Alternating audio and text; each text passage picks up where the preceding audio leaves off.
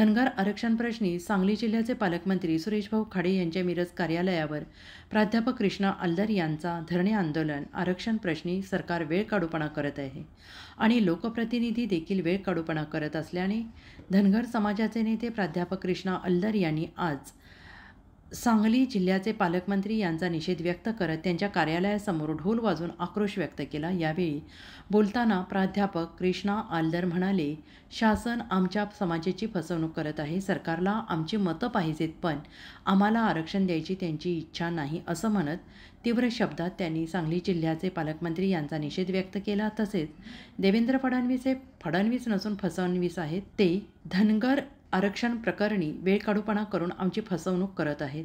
लवकरात लवकर देवेंद्र फडणवीस यांनी त्यांच्या सरकारने धनगर आरक्षणाबाबत योग्य निर्णय घेतला नाही तर यापुढील आंदोलन हे सागर बंगल्यावर करण्याचा इशारा प्राध्यापक आलदर यांनी व्यक्त केला आहे। मी प्राध्यापक कृष्णा आलदर, धनगर एसटी आरक्षण आंदोलन समिती पंढरपूरचा कोर टीम सदस्य।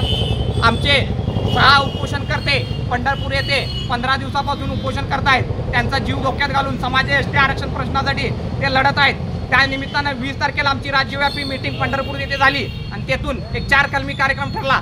त्या कार्यक्रमामध्ये असं ठरलं की रविवारी आपल्या लोकप्रतिनिधींना, आमदार, खासदार, मंत्री यांना पत्र निवेदन द्यायचं आणि त्यांच्याकडून पाठिंब्याचं पत्र घ्यायचं। तसे आम्ही रविवारी 22 तारखेला सुरेशभाऊ खाडे सांगली जिल्ह्याचे पालकमंत्री यांना भेटलो आणि निवेदन दिलं आणि त्यांना पाठिंब्याच्या पत्राची विनंती केली। ते पत्र आम्हाला देतो म्हणले।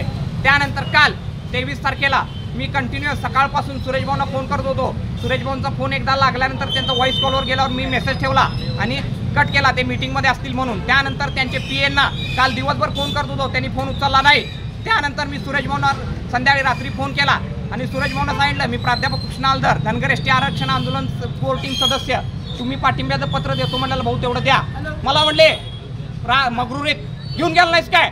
अहो भाऊ म्हणलं, मी इथं विचारणा करून गेलो, पत्र तयार नव्हतं आणि मी तुमच्या पीएंना सकाळपासून किती कॉल करतोय, तुम्हाला करतोय, ते मोर्चे आंदोलनामध्ये असतील म्हणले आणि उद्या ऑफिसमधून घेऊन जा असं। म्हणजे जे एखाद्या गड्याला सुद्धा बोलणार नाहीत ते एका प्राध्यापकाला कोर टीम आंदोलन सदस्याला बोलत असतील तर मला काल रात्री खूप वेदना झाल्या।